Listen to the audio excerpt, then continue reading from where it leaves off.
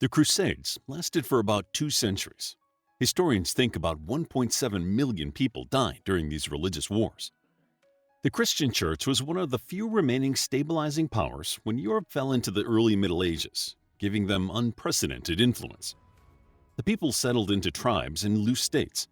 They soon began fighting over land, and war became a central part of their culture as feudalism took root. The Church started influencing secular matters, appointing rulers and even taking land for themselves, becoming part of the feudal system.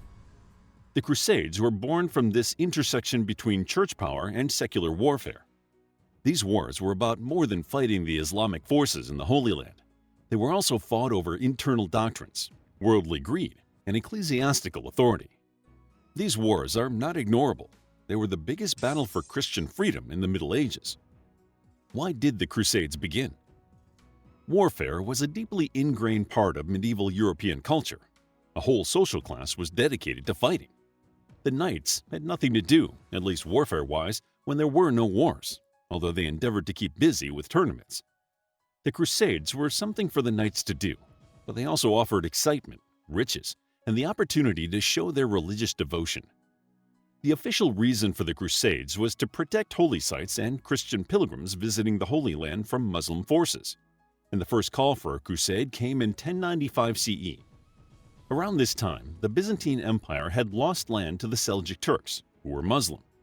They came from Persia, but quickly spread across Asia Minor during the 11th century. They took a significant portion of Byzantine land in the Battle of Manzikert in 1071. They even captured Byzantine Emperor Romanus IV Diogenes. He was released, but soon died, and the Byzantine Empire was in disarray until Emperor Alexios I Komnenos took the throne in 1081. Emperor Alexios I helped stabilize the empire. However, he was not content to allow the Seljuk Turks to keep his land uncontested. Alexios contacted Western Europe, explicitly asking the Church to send support. Pope Urban II had just taken the papacy and eventually decided to help. On November 27, 1095, Pope Urban II preached a sermon at the Council of Clermont, urging the large crowd to attack the infidels. There are 5 versions of the Pope's sermon. Although historians don't think any of them are a complete transcript, they give us some ideas about why Pope Urban II began the Crusades. The official reason centered around protecting their fellow Christians in the East and securing the way for pilgrims. Christian leaders encouraged people to travel to the Holy Land, visiting cities and holy sites connected with biblical stories. Travel at the time was extremely difficult, but it did not stop people from pouring into the area, even though the Seljuk Turks now controlled it. Pope Urban II roused his listeners' indignation by discussing the persecutions and mistreatments the pilgrims suffered from the Muslims. While there were most likely tensions and some violence between the two groups, historians believe Urban's stories in his sermon were exaggerated. While that was the official reason, the Pope also saw the secular issues with which Europe was struggling. The growing population put stress on the farmlands, and the growing number of knights caused an increase in raids and other conflicts. By launching the Crusades, Pope Urban II gave the knights purpose and allowed them to use their skills. To sweeten the deal, he even promised the people who fought the infidels would pass through purgatory quickly and move on to heaven. People enthusiastically joined, but the Pope needed more support, so he traveled throughout France for 9 months preaching the crusade. He also sent letters to other countries like England and Flanders. Other traveling preachers soon took up the crusade and spread religious fervor across Europe. Unfortunately, this passion was not easily contained. The First Crusade saw 3 groups set out toward Jerusalem. The first group, led by Rhineland Count Emico, left in the spring of 1096. They attacked the Jewish population in Worms and managed to get to Hungary, but they did not have enough provisions to go further. They attempted to pillage Hungary for what they needed and were soundly defeated. Count Emico's group was connected to Peter the Hermit's group, although his followers did not march until April 1096. Reportedly, Peter was at the Pope's sermon. He was so convinced that he began preaching about it himself, collecting a growing following of commoners and poor knights. His group became known as the People's Crusade or the Paupers' Crusade, and they eventually reached Constantinople. Emperor Alexios I helped them cross the Bosporus Straits, and they continued to Nicomedia. There, the Crusaders argued with each other and elected new rulers. So Peter returned to Constantinople for additional assistance. While he was gone, the Turks attacked, killing a significant portion of his group. The 3,000 survivors returned to Constantinople and eventually joined Pope Urban's group, who arrived in waves in late 1096 and early 1097. Another group of crusaders made significant gains in the Middle East and finally approached Jerusalem in June 1099. They took the city that July and set up the Kingdom of Jerusalem. It traded with cities like Venice and Genoa, but this control lasted only briefly. Unfortunately, the First Crusade was one of the more successful ones. Most of the remaining crusades spiraled into European infighting as the Muslim forces banded together to push the Christians out of the Holy Land. What was the most famous crusade? The Third Crusade is the most famous. It was fought from 1189 to 1192 CE. It is also called the King's Crusade. The Second Crusade ended with the Muslim forces, led by Saladin, capturing Jerusalem. This sent shockwaves through Europe. Pope Gregory VIII decided the defeat must be a punishment from God, so he called for another crusade to reclaim all Christian pilgrimage locations. King Philippe II of France and King Henry II of England immediately pledged loyalty to the cause, and the Pope convinced Holy Roman Emperor Frederick Barbarossa to join as well. Barbarossa's army was impressive. Historians estimate he had between 14,000 and 100,000 men, although only 4,000 to 20,000 were knights. He immediately marched out, arriving in Syria in late 1189. In 1190, just before reaching Antioch, Frederick Barbarossa accidentally drowned. Many of the soldiers left, and the ones that stayed soon were battling illnesses. Combined, these disasters thinned his troops down to only 5,000 men, leaving his son, Frederick VI, in a difficult position. Back in Europe, the crusade also suffered a setback. Although King Henry II had pledged his devotion to the Third Crusade, he died on July 6, 1189, before he could set out. His son, Richard the Lionheart, had overthrown his father and declared himself the King of England. Luckily, Richard had already agreed to support the crusade, so he mustered up an army and set off with King Philippe II. The two were only temporary allies for the crusade, but they both agreed to go to protect their lands from each other. While King Richard and King Philippe were traveling, an unexpected attack came against the Muslim forces from Guy of Lusignan, the King of Jerusalem. The Islamic forces had captured him earlier, but Saladin released him in 1188. Guy decided to keep up the fight. Although he struggled to amass a large army, he tried to surprise the Muslim forces.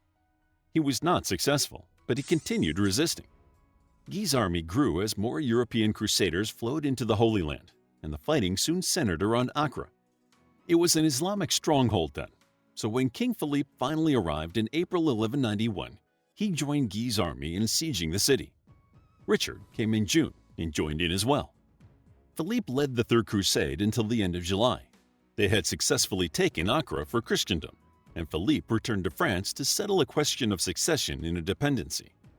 This left King Richard in charge, and he marched south, drawing Saladin's troops behind him. They finally met at the Battle of Arsuf on September 7, 1191. Richard advanced, and none of Saladin's attacks seemed to slow Richard's troops. However, the Knights Hospitallers, serving as the rearguard, soon tired of the attacks from behind and turned, threatening to split Richard's army. He quickly changed tactics, turning his entire army around and launching into battle. The Crusaders were ready for action. They enthusiastically routed the Islamic forces, eventually forcing them to retreat.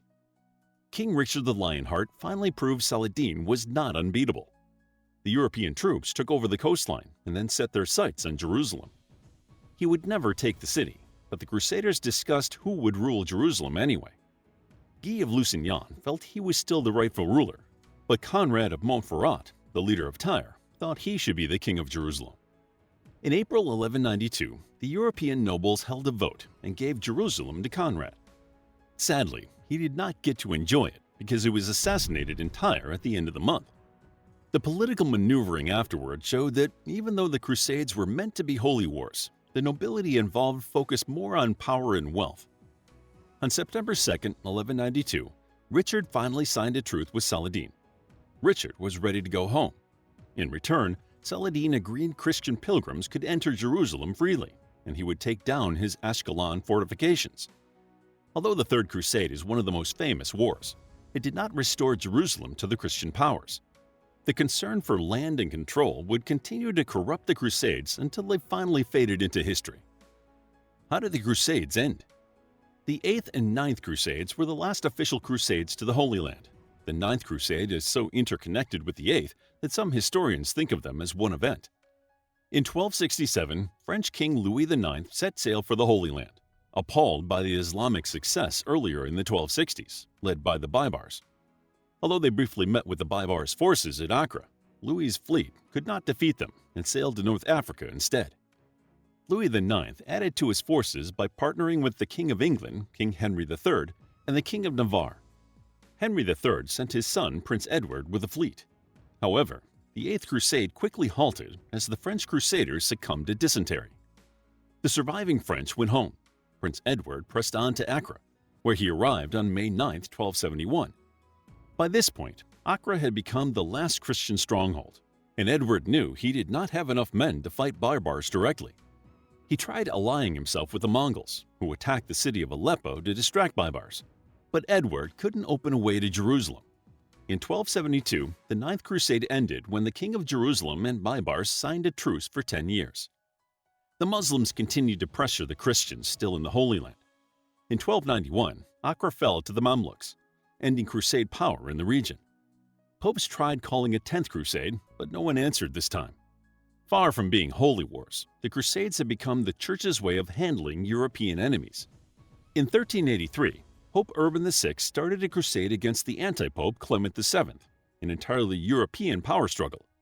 In 1420, Pope Martin V issued a crusade against the Christian heretics in Bohemia. Thankfully, the European interest in the Crusades faded as city-states developed. The nobility's power decreased as merchants became wealthy and influential. This meant knighthood gradually faded, eventually settling into ritualized tournaments. The Pope also lost influence as the Catholic Church focused on stopping heresies and Protestantism. The Crusades ultimately did not give the Europeans what they wanted. They did not develop any permanent hold on the Holy Land, nor did they convert the region to Christianity. The biggest battle for Christian freedom was lost during the Crusades, as people forgot they were fighting for religion and began fighting for wealth instead. These holy wars impacted world history, leaving many wondering about the truths of faith and how those can apply to the world we all live in. How would you like to get a deeper understanding of history, impress your friends, and predict the future more accurately based on past events? If this sounds like something you might be into, then check out the brand new Captivating History Book Club by clicking the first link in the description. To learn more about the Crusades, check out our book, The Crusades, a captivating guide to the military expeditions during the Middle Ages that departed from Europe with the goal to free Jerusalem and aid Christianity in the Holy Land. It's available as an ebook, paperback, and audiobook. If you found the video captivating, please hit the like button and subscribe for more videos like this.